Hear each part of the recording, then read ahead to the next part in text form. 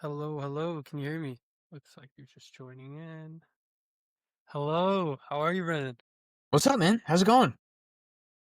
Good, good, good. Not much at all. Busy day at school, but same old, same old. Then I hear the same for you. You just came off of that trivia. How'd that go?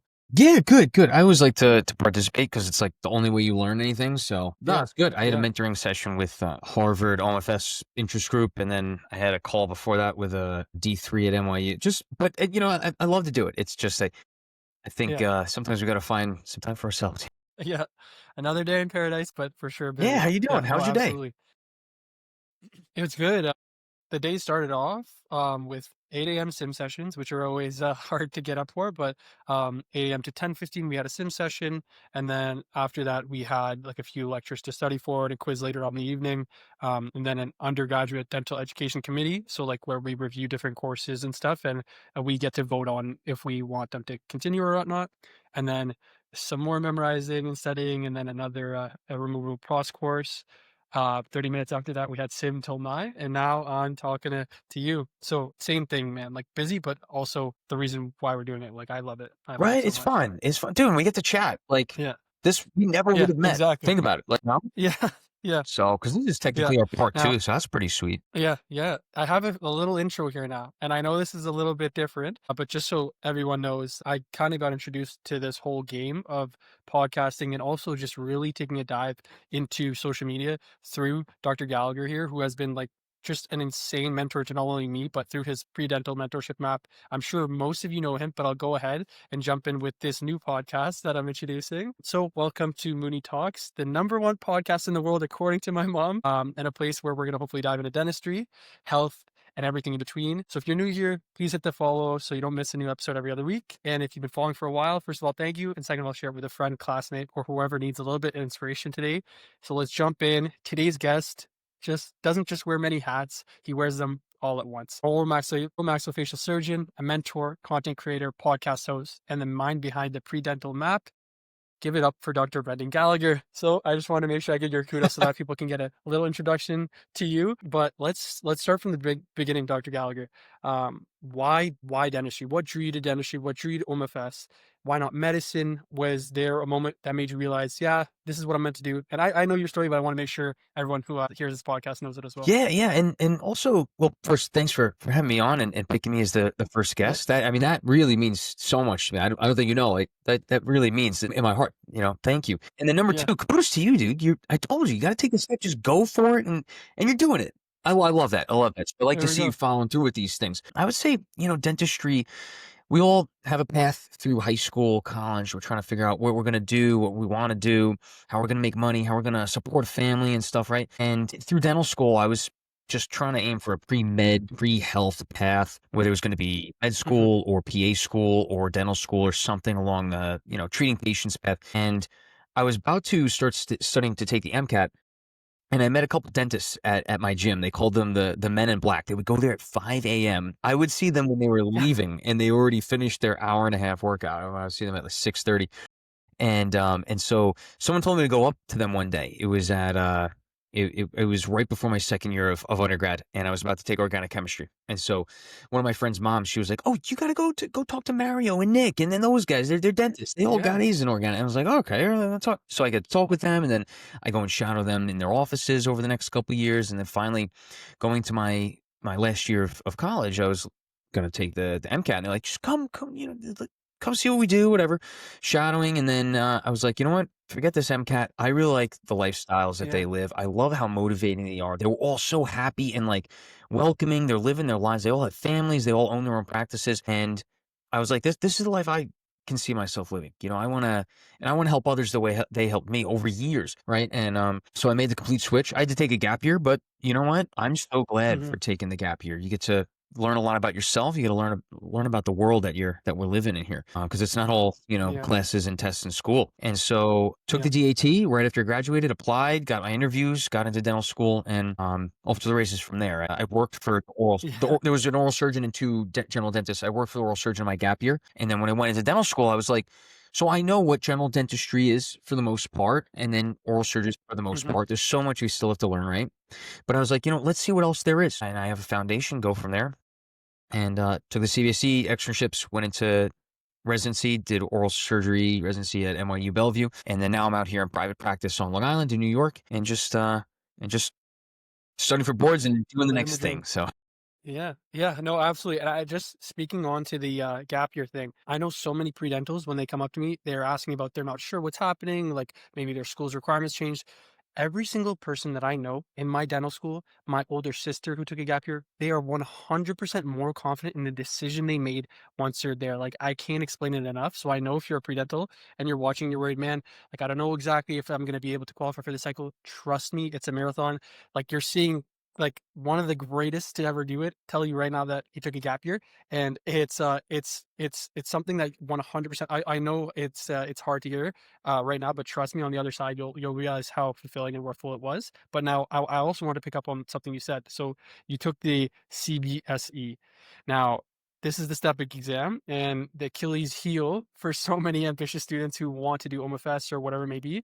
So between like a heavy course load and long clinic hours and just trying to have a life, like it's already a lot, right? So you went through it, you survived and clearly came out stronger. So what are three things you'd say to somebody studying for that step one right now? yeah, studying for that exam, it's no walk in the park, that's for sure. I still think that that was harder than some of the other exams that I've taken in residency. At the end of residency, some board exams. That was one of the top 3 hardest exams I think you take, and it takes a lot of time. It's one thing is like you're studying for dental school, you're seeing patients, you're in clinic, you're in sim lab, and then you start studying for this, and it's so much different from any exam that you take in dental school. I mean, it helps if you have a combined med school curriculum, but it's still different, right? And then you're trying to find the time to study for this different exam.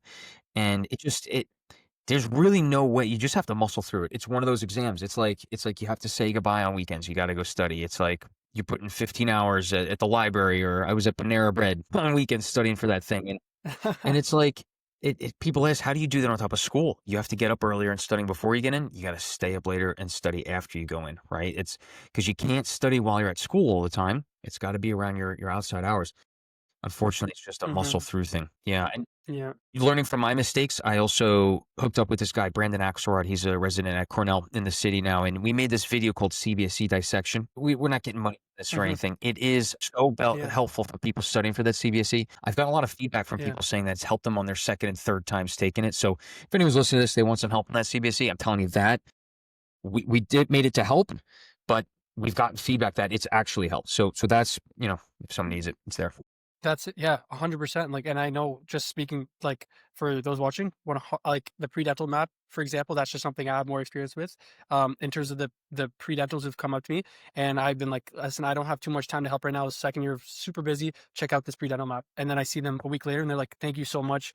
It took my stress off. And from what I understand, that's another one of the things that you started, and is it's not a paid thing. It's just one of those things that you just do because you knew you needed it back in the day, and so now you're like, you know what? Why not? I'm in this position. Like, let's try to help out these pre-dentals. Yeah, man, that's exactly what it is. My buddy in dental school, Sean, he's an orthodontist now. Sean Czar here in New York in Great Neck, and we made that exactly for that. We're hoping to get it going, but we're not trying to take money from students. From Yeah. that's like the lion preying on the little calf. Like, no, come on, we got to Yeah. prey on other Yeah. lion, like quote unquote. Not I'm not Yeah. preying Yeah. on it, Yeah. but Yeah. like No, of course. Of we course. gotta stop taking money from the pre-dental students, the undergraduate students, the dental students. Like, we gotta start to strive and make this profession forward a little bit, make it a little Yeah. brighter going Yeah. forward. So that's the goal with that. And yeah, if we could get sponsorships and stuff, it's great. But the whole idea is to build it up to make Mhm. it give back more, not to take from. So yeah, you Of course. get it. Yeah. So now going to residency, because now you did dental school, like most other DDSs or DMDs, but then you had this whole other arc of your educational career where you went into this residency. Now tell me about residency. Like, how was that whole experience? Were there any super memorable moments, any learning lessons, any things that you're like, if I could go back, I definitely wouldn't have done that? Or even with the CBSE, like if you could retake that, what would you do differently? Ooh, well, right there is taking the CBSE doing differently. I would have started probably earlier if you can. You have 6 tries to take it. Take it as many times as you can to learn about it, and then study for as long as you can. Once you get dental school down, I wouldn't try to start studying for the CBSE until you can manage classes, which is they say an average of 32 credits a semester. Right? You got to get classes down and clinics, sim lab, clinic, seeing patients. You got to manage those too because you need to graduate dental school before you become a specialist. You need to be a Of dentist first, course. right? So get those down, and then you add on studying for the CBSE. The materials are out there, you can do it, but you have to it's really good to prioritize certain things you need to do first before you add on too much on your plate for you to swallow, right? Residency, oh Mhm. man, there were so many I mean, we could go down some rabbit holes if you want, but, I would say one of the things is it actually morphed through the years because post call is a day where after you spend a full 24 hours on call, just awake, treating patients, suturing up their faces from whatever it may be, it actually goes to like 27 hours. But legally, you're supposed to get that next full day off until you go back like 12, a little less than 24 hours after that. And my first year residency, we didn't have that rule. Uh, there were some 30 plus, 35 plus hour weekdays where you're going for like 2 days straight and or longer It's sometimes. insane. And it's yeah, I wouldn't recommend it. I wouldn't do it, but there are some programs out there in the country that like that's the norm. And luckily, there's many residencies, probably most residencies do abide by it. But like, it's that's one thing to consider. And you could be Mhm. working with one eye open, but it's like if you think about it from the patient's perspective, this is still their moment that they need help, and it's like why do we put people through this to have them stay up a couple days in a row? And it's like this is still this patient's Yeah. moment, and so that's an interesting thing that I think of them. Yeah, yeah. Absolutely, and it's something that I definitely wouldn't have considered, and it's you hear about it, you hear about the difficulties of residency and, like, how grueling it really can be, but, like, that anecdote in itself can just show everybody, like, what it takes and also how we can maybe adjust, the whole process, but I wanna pick up on our last interview, so, like I spoke to earlier, we have talked before, and I remember you asked me what residency programs are at London in London, Yeah, yeah. Ontario, and geez, did I get flack for not knowing them. So I wrote Did these you down, so I really? wanna make sure I get them off you.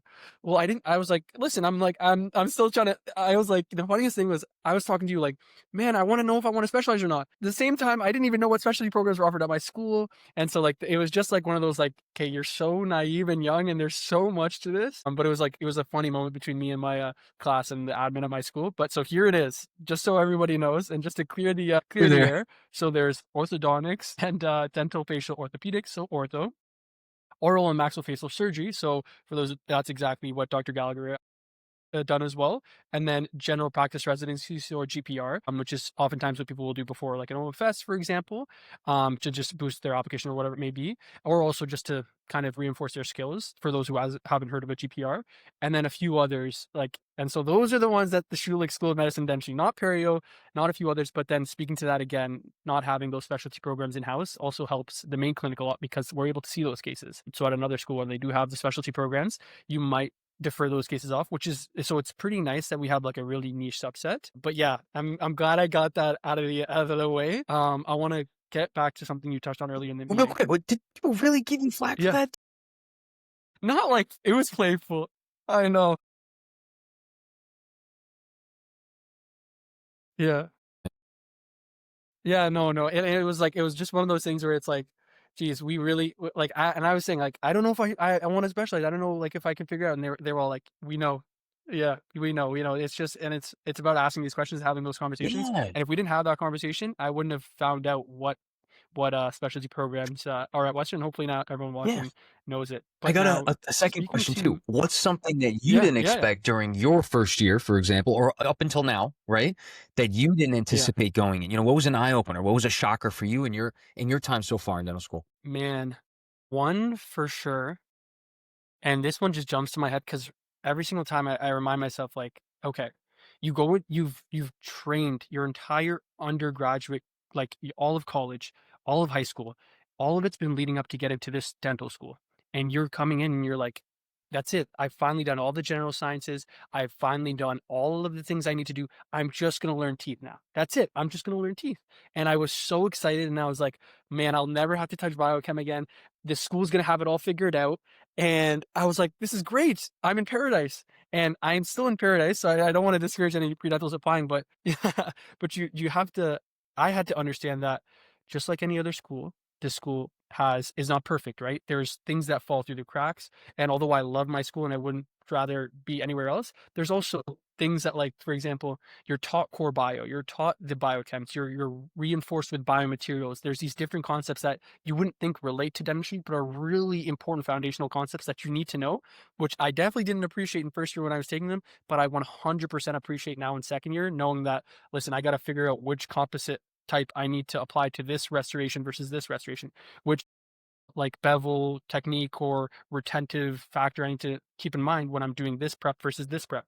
Things that like all connect, but if you don't take that first year seriously, it'll really affect you because once you get there in second year, it's just going to be something you memorize. And I'm not the memorizing guy. I'm the hopefully mind mapping and understanding it that way. So that's definitely something that was like a wake up call. And then it was like a, you know what, this is life though. This is how it's always been and it's how it's going to continue to be. That's right. No, that's a great point. It is unexpected. You're like, finally, just teeth, just the mouth. We're gonna learn bio and related to Yeah. the systems, the biosystem, and then you're like, wait a minute, why am I learning about like like the type of composite that we haven't touched since Yeah. 1955? What?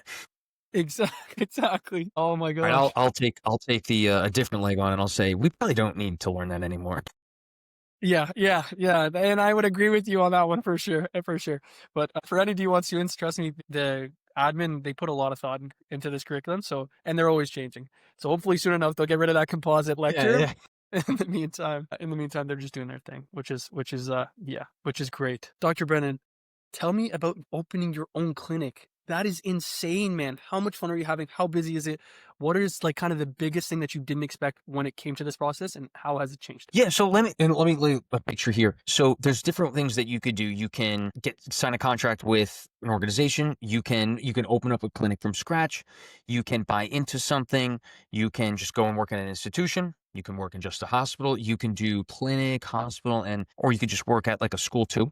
So there's so many options that you can do. And the cool thing about oral surgery is that it's a bridge between medicine and dentistry. It is. It's well, maxillary Yeah. pathology and surgery are the two ones that I would say are bridges. But so the practice that I'm in now, it's one of like 8 or 9 offices, but it's not a DSO. That was a really important thing that I couldn't have the heart to go Mhm. work in a DSO. It's not something that I don't want to be a cog in the wheel. I'm not trying to be part of this, of a big Mhm. system. I am part of a big system now. Mhm. There was only 6 offices when I signed here about a year and a half ago. But I graduated in June and then I started working here. I finally got my license in August and then started working in September. And the start is great. It's so much better than dental school. It's so much better than residency. That's hands down. You're actually getting paid to do work Awesome. now, so that's something to look forward to. But it's definitely a transition because when you finish whether it be residency or dental school, you finish with like the academic system, and now life hits. So starting to work again. Like that's great. It takes a week or two to get acclimated. How do you write your notes in this system? Like how do you work with your staff there? Learning how the front desk like kind of filters through patients through.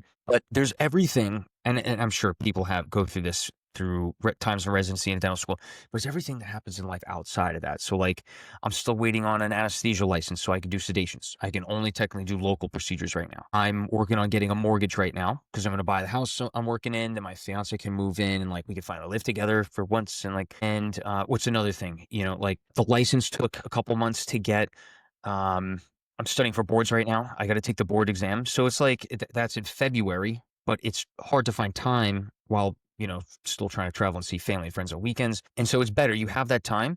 But when life kind of hits everything at once, and everyone goes through this at some point in their life, right? Where things kind of just hit you all at once. Juggling to manage the time, commitment, and management. It's an interesting start, 'cause, and some people that Mhm. happens like a few years in. Say they start working at a place and then they leave, and at the same time they have a kid and they buy a house and they just got married, or whatever it is. Like, but I think it's definitely easier to do those things when you're outside of school than outside of residency than when you're in it though. If that makes sense. Yeah, so it's good. It's different. It's great working. It's great to actually see patients and handle those responsibilities that you've been trained to do. So yeah, it's been great so far. Wait. Can you hear me? Yeah, there you are. There. Yep. Oh, okay, you can hear me? Perfect, Yeah, okay. you're good. Yeah, I got a notification, but yeah, so because 'cause I've heard similar things about how crazy it gets and how fulfilling it is at the same time, and it's just like this second mountain that you're climbing. Now, you said something about the board exam, and this is something I kind of want to touch on. Actually, a friend of mine, he's at McGill, which is a DMD program, and he's 100% son on OMFS. His name's Faraz. So, Faraz, if you're watching, shout out to you for sending this question in. But so Faraz was wondering, so his question is, given the limited number of spots in Canada and the increasing number of programs in the USA who might not be looking at Canadian applicants as much for various reasons, such as visas and whatever it may be, what does the outlook of OMFS look like for a Canadian student? And like, for example, for you, when you're writing your boards, you're studying for it already. Did you ever consider writing the Canadian boards? Would you ever consider working in Canada, putting yourself in a Canadian student's shoes? Would you ever consider working in the US? There's a bunch there, but Yeah, that's a great question. Some people want to consider like working in, for example, want to consider and working in areas that might have a better financial return, such as in the middle of the Midwest of the United States or somewhere out in the mhm, suburbs or, in the middle of a less populated area versus very populated areas, less reimbursement, say from insurance or, higher competition. Similar to the different, yes, I know, but similar to the concept of like you're in Canada wanting to work in the US or in the US wanting to work in Canada, right? Just because it's different licensure, different location. A lot of people want to make it based on that. So now I'm going to take a sidestep and I'm going to say, I think you need to base it on what you want to do. You need to have the self-awareness to say, do I want to say and work around an area where my family's from? Do I want to leave my family and go work in the middle of nowhere and live like a king or a queen? And you can do that. The mhm, opportunities are out there and they're available. But I know a lot of people that go out there and they take a residency there, and I know a lot of people that stay there. I know a lot of people that go out there and they come back to their family. I think, and I'm not trying to make it like black and white or blue and red or whatever, but I think this is a stepping stone of a concept to think that what is most important to you. You're going to work for 30 or more or less years, but it's going to be an average of like 30-year career. You're going to want to be excited. Going to want to be happy. And even on those hard days, you're going to want to go see your friends and family, your family, your kids, your wife, your husband, your parents. And you have to have the self-awareness to say like, no, I don't need to. I'm going to go home and live in my mansion on the lake or the ocean with my boat and whatever, mhm. right? Or you're going to be like, no, family really is number one thing to me. And even if I am making a half or a fraction of what I would make out in the middle of wherever, I think it'd be really great to come home and or like go see my mom on the weekends, go see my grandfather on the weekend, whatever it may be. And these are just two Yeah, solid yeah. examples. Moving from the United States to Canada, if you have family there, well, then this isn't like a good comparison for you. But then maybe you're thinking about Mhm. more the financial side, or the housing side, or the weather side. The weather in Canada is in Florida, Yes, yes, yes. So It's so cold there's so today. many options, but I think what it comes down to is this is a Gary Vaynerchuk thing is self-awareness. Mhm. How do you maximize your day? How do you maximize your lifetime? How do you maximize that 30-year career, whether it be in the office treating patients or in the hospital or at home and seeing family? How are you going to raise those kids? How are you going to maximize your time with your wife or husband? And you got to kind of prioritize what those values are and what they mean to you, and then try and picture ahead, think ahead. How does that relate to your pathway? How do you mold it? It's always going to change, right? How do you guide Yeah. your own path in that sense? Yeah, yeah, absolutely. And just piggybacking off of that, like I remember hearing, for example, getting into dental school, same thing. You go rural Canada, you'll get paid thousands and thousands, hundreds of $1,000 more than if you stayed in more of a busy area. And I almost felt bad about not considering that option because I was like, you know what, family's super important to me. I will 100% always stick around to my family. But I almost felt like I was like shielding off a very ambitious side of me. But there's two sides to every story. I've heard people going just like you said and having a great time and similar things, people going and starting to ask, how was it? Hey, how was it in London, Ontario? Hey, how was it in Toronto? I'm missing that home. So you just got to know yourself and you will. Like it's something that I'm assuming will come to every single person, hopefully, eventually, whether you go through it or not. But it's a long career, right? Like you're going to be doing it for a while. So We happy doing it. And then I was yeah, just asked this a couple yeah, hours ago. Someone was like, "Hey, the loan situation. There's a lot of people's problems, right? What's the loan situation like? How are we going to pay these things back? Should I go into a specialty that might tie me up for another 4 to 6 years, for example, oral surgery, or another long one, maybe prosthodontics, maybe perio, maybe, and potentially have to take on more loans to get through this residency, and it's just going to stack on more hundreds of thousands of dollars. And at the end of the day, it comes back to the same answer. Is that a specialty you're going to be excited with doing every single day for 30 years? You're going to pay that back somehow.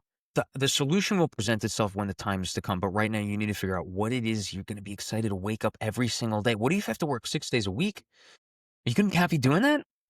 Where's that light, that candle burns out fast Yeah. when you're doing 6 days a week, let me tell you. I did it in residency, and it was burning faster than a shooting star. Yeah, yeah, no, 100%. A professor of mine, he always says, "Listen, you're gonna pay off your loans eventually. You might as well be doing it with something you love." And I couldn't agree more because, like, man, it's you've already worked so hard to get here. Just make sure whatever you choose is something that you're really choosing for you. Because at the end of the day, like, you don't want to be. It's not fair to you, first of all, but sometimes almost equally as important, it's not fair to the patients if you're not really taking it on fully and embracing it and enjoying it. So do that service, do that justice to yourself and to your patients. And that's something I'm also trying to remind myself to do. And to make sure that's something like that's just in the back of my mind always with every decision I make. And here's But another thing. Here's yeah, another thing on yeah, that topic, and you would appreciate this. Imagine you were that crazy person that did the path that went on and on and on and on, and then you were like you have to say like $2.5 million. By no means am I recommending doing this, yeah, but imagine yeah. that video you make to say like $2.5 million of lows or whatever. I'm happy because I'm doing the thing I love. Dude, you know how many views that would get, right? And you know how many Yeah, people are going to ask you, like, oh my God, is it worth it? Do you actually appreciate it, right? You're going to be the ultimate mentor because you went that hard. You exactly. conquered it. Like, that's what this is all about, right? Not I'm saying, but it's about finding what you love and then mentoring others. And dude, that's why I'm glad you started the Yeah, podcast finally, because long form content is the ultimate yeah, key. yeah, yeah. And honestly, I wanted to find a way because it was about growing with my content and also, like, hopping off of the trends because, like, sure, like, I'd reached the milestones that let's say that I set for myself, and I was like, "You know what? Like, this podcast, I don't care. If this gets 1 view, if I'm talking to my mom only, hi, mom, then that's fine." At the end of the day, it's gonna be about inviting people who are true mentors and who I wanna learn from and who I hope other people can also learn from because, like, that's what that original podcast is about. It's about learning from people, it's about sharing, and it's about fun, silly questions like the last few I have here Yeah. for you. We got more. Yeah. Okay. I was Yeah, I got some more. Now You're a these are great interviewer, rapid fire. man. You So gotta keep this going. You're a great yeah, interviewer. Now that's where you have the right well, mindset. It's perfect. Keep going. Sorry. yeah, yeah, no. And by the way, if you guys think I'm a great interviewer, check out his podcast. Like, and I saw the back teeth boys. Oh my gosh, those episodes, I love them, and I love the marketing behind them. If you guys don't know what I'm talking about, go search up Dose of Dental podcast, and trust me, you won't. It won't disappoint. And it's the best. Like, who doesn't like a pun, right? So go ahead and check it out, man. Come on, it's a great name. But so now for these quick fire questions, one sentence answers, two sentence answers, like first thing that comes to mind. And then we can elaborate Sure, after sure, them. sure. What would you say is your favorite procedure, whether that's dental, cleft palate, etc., and why? I would have to say all on X procedures because it's literally life changing. Patient comes in with the barely any teeth, crummy, breaking down, and they leave with teeth they can now smile with at their daughter's soccer game, their son's graduation, their family occasion at the holidays. That interview, love it.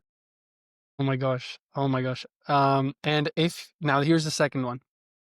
If you weren't a dentist, and I'll add physician in here as well, what would you be doing right now? Do you think you'd be doing anything different? Yeah. Yep. I would. And no, I wouldn't be a physician if I wasn't a dentist. I wouldn't do that. It would if money wasn't a problem, I would do music producing. I love producing music to be able to No that's way. my probably my favorite that podcasting, but also like producing music. I think number one favorite thing. Wow, and have you produced music? Like, is there some place people can go to check out that music? Yeah, I have a SoundCloud. I did this in like 2016 and 17, and then I finished one in Yeah, like 2018. But since then, I have a friend who does like mixing and mastering, and we completed one this summer. It's like a hip hop drop. It's actually pretty cool. It's like a Rick Ross kind of thing. yeah, But yeah, yeah, it's that's what I would do. I made like 15 or 16 songs, and I just, dude, you need to like, you know how when you lock in to study for an exam, and you like then you look yeah, up and it's like 2 a.m. It's imagine that, but you're like you don't want to get up from studying, but like you gotta like lock in. It takes a lot of time, and it's too bad because yeah, yeah, you can't really do that on top of dental school easily. yeah, yeah, yeah, and honestly, like, there's, that just reminded me by the way, first of all, if you guys know any dental students, chances are if you ask them something like this, they will have this creative niche hobby, such as producing music, which you would never think, but it's that creative mind that goes into dentistry. Just there's actually a medical student. Her name is Cata Fernandez, and she does like DJing and mixing and also running and like a bunch of different things. She's at Ottawa. I think she's like another Figs ambassador. That's how I heard of her. But she loves it, and it's one of those things. I'm assuming that you need something to get you through those long study nights. So I can only imagine I'm gonna need some more mixes. I'm gonna tune in, but I have a feeling I'll need some more during my exams to keep me What fueled about up. yours? What's your Okay. thing? What would you be doing if it wasn't dentistry? Honestly, and this is an easy answer for me, I would be a high school teacher. Really? In what subject? Like 100%. It's hard to say. I loved physics. I loved physics as a kid, and it's part of the reason why I almost did optometry instead of dentistry. I also loved chemistry, and it was a love-hate relationship because my mom, she was a chemist back home, and so she was like, "It's in your genes. You got to know chemistry." And so that was a tricky one in high school, but after I ended up loving it, and I was honestly disappointed when I thought there was no more chemistry in dental school when it was more bio focused, which made sense. But a chemistry teacher, I could see myself being a gym teacher. Like man, I just think like high school teachers and just teachers in general, like it really takes somebody who really wants to do it, and it really take like it's an amazing job, and like it's one of those jobs. Like there was a few jobs that I was like thinking about at the end of high school. I was like politicians. No, everyone hates politics. You could be the good politician. I was like, no, no, no, just take a step back, like, and relax. And then high school teacher or just teacher in general. And my mom pretty much it came down to my mom actually. She said, listen, let's think about how hard something is to do. Obviously, becoming a teacher is hard. She was like, but you need to do more school to become a dentist. Go become a dentist. And if at the end of the day, you really want to do teaching, come back and teach. And she was so right in that. And not in the fact that she deflected me, but more in the fact that now I'm so much more passionate about potentially teaching when I come back to teach in dental school. Like I would love to. And because I hear all the time people complain about certain professors or whatever it may be. And I'm like, man, you would be a great teacher. It takes someone like you, and I just hope sometimes I wish these people would activate and become teachers and speak in all the changes that they're so passionate about. And I'm hoping that I'll have some time to do that near the mid to end of my career, like of dentistry. Wait, but now you're thinking maybe dental school or high school teacher. I would totally pick high school. Dude, you get summers off. Yeah, You get out like I know, like 2 right? Come o'clock. on.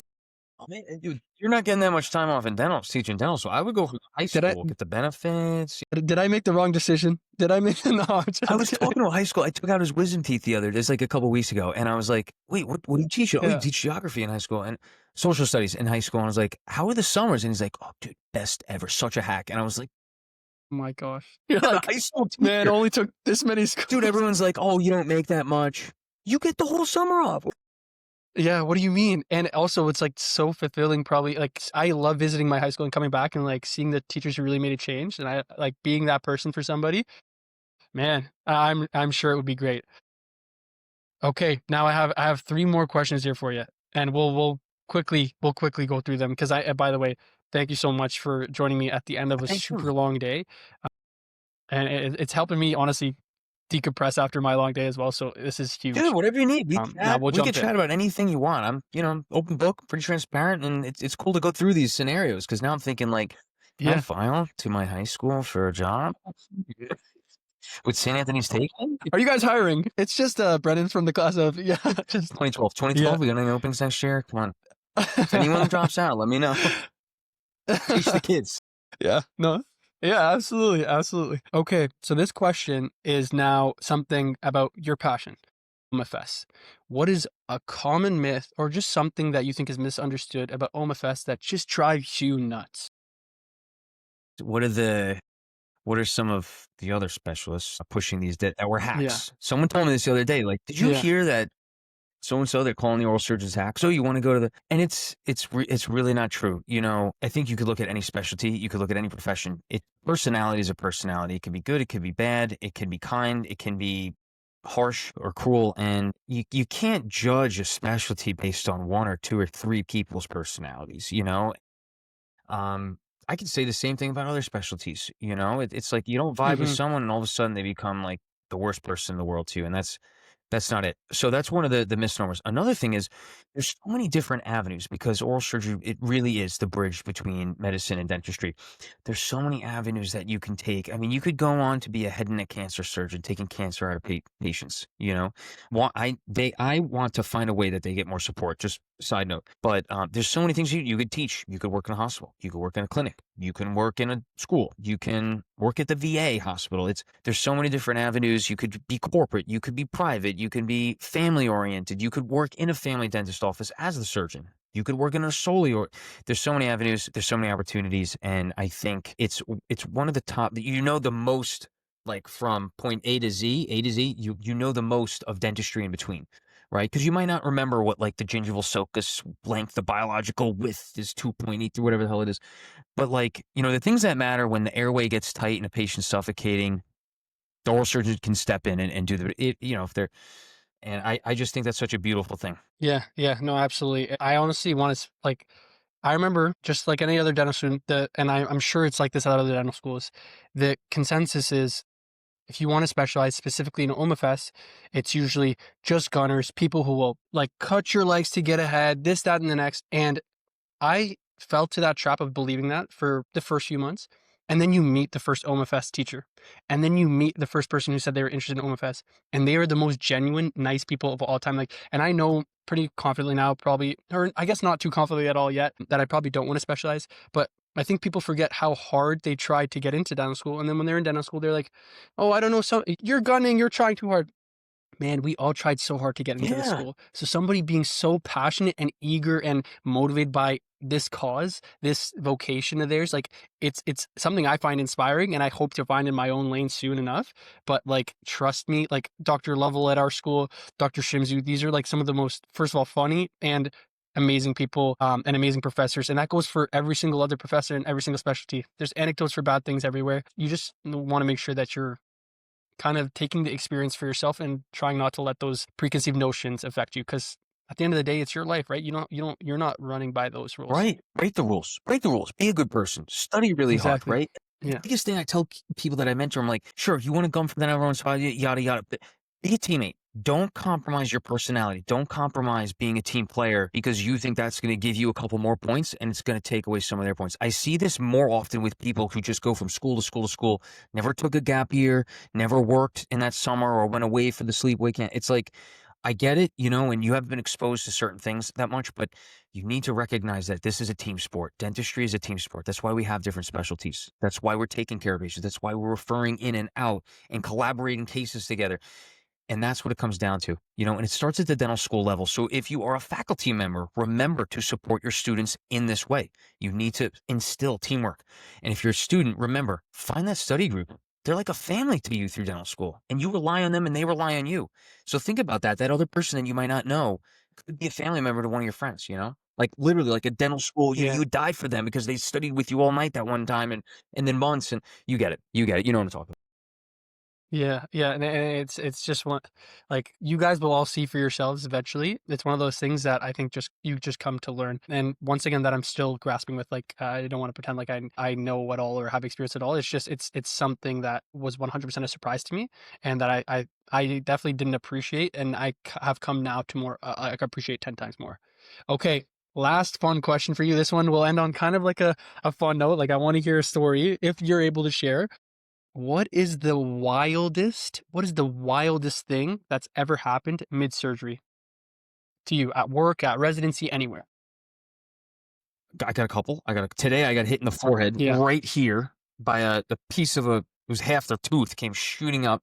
The other went into the window across, and the window's like 7, 8 feet away. I don't know, the space right in the right here. Another one, let's see. Another one was we were dissecting down the mentalis right over here, and there was a labial artery it was a mandible fracture in the front. We were dissecting down, and there was this attending that never really treated me good. And no, so I didn't do anything, but we're dissecting down, and it was one of the arteries right over here. It went right through it, and the artery kind of shoots up like this and just, My god. and Oh my gosh. whoops, let me put a finger on that. Hold on. That's a funny one. And that was by accident? Dope Was that a accident. You don't always see these just making crazy sure. stuff. Yeah, yeah. Just Oh man, yeah, no, yeah. there are a lot of stories. Another one, Yeah, yeah. So here's a fun one, or not a fun one, not fun at the time. In oral surgery, we do there's all Mhm. service rotations. So you'll be on hand surgery, plastic surgery. You'll be in bariatric surgery doing the stomachs. You'll be on some programs they have ENT. Another one, you're in the ICU. You're doing a rotation ICU. You're an ICU resident now, and like you just graduated dental school, but now you're an ICU resident now. Another one is the rectal clinic. Sometimes you have to go and look at buttholes, and I've co-residents. I don't know. I wiggled my way out of this, but some of these my co-residents, they're hitting world record numbers of of dentists that have had to do prostate exams. Fingering the buttholes, and that's That something is you that don't is expect, right?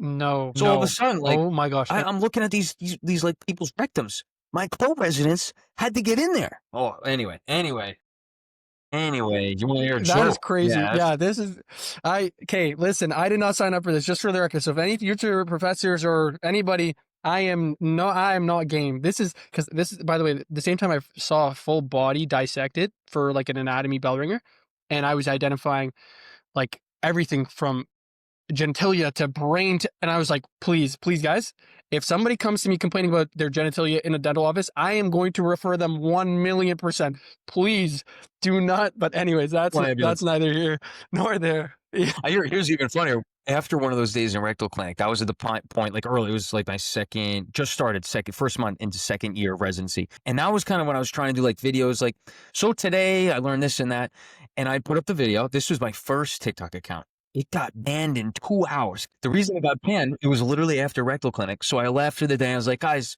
if you haven't heard of a rectal prolapse, this is what it is. And I put up like Wikipedia. This is like, you Google this. This isn't censored. It comes up. And I was like, this is a rectal prolapse. It's from this and this. This is how you treat it. Yada, yada. This is what I saw today in rectal clinic. And I'm an oral surgery resident. Within 2.5 hours, TikTok, you have been shut down. And so like going into say, then I just started a new one 3 months later. But anyway, so funny stories. Yeah, no, awesome, awesome. Well, that's a wrap for today's episode of Mooney Talks. Huge thank you to Dr. Gallagher for Go joining and invited. Go sharing his invited. story. Doctor, yeah, of course. I just want to make sure like people, like you worked hard for that degree. So yeah, no, huge thanks to Brendan, and make sure to follow him. I'll drop his handle. He's partnered on Students of Dentistry, Pre-Dentalship Map, so many things. So this description will be quite long. And kudos to you, Brendan, for all the work you do in dentistry. Seriously, if you guys have made it this far, first off, thank you. It means a lot. If you enjoyed this one, make sure to follow wherever you're listening. Drop a quick rating or review. Share it with someone who you think would vibe with the conversation. And you can always just keep up with me over the Instagram, TikTok, Moony.Dentistry. And of course, if there's a topic or guest you'd love to hear on the show, even you, Brendan, if you have an idea for where this could go next, please shoot me a message. Until next time, stay curious, stay kind, and keep the conversation going. Brendan, thank you so much. Thank you, man. Thank you. Congratulations on starting the podcast, and just go for it, dude. Keep in touch on the DM here, because this is how anything. Just shoot something Absolutely. back. I can respond on the audio. It's quick, detailed, and Yeah. Yeah. just make content, dude. We have to have. This is part 2. Let's have a part 3. Come on in a couple Yeah. months. Let's chat, Yeah, dude. absolutely. Absolutely. Yeah.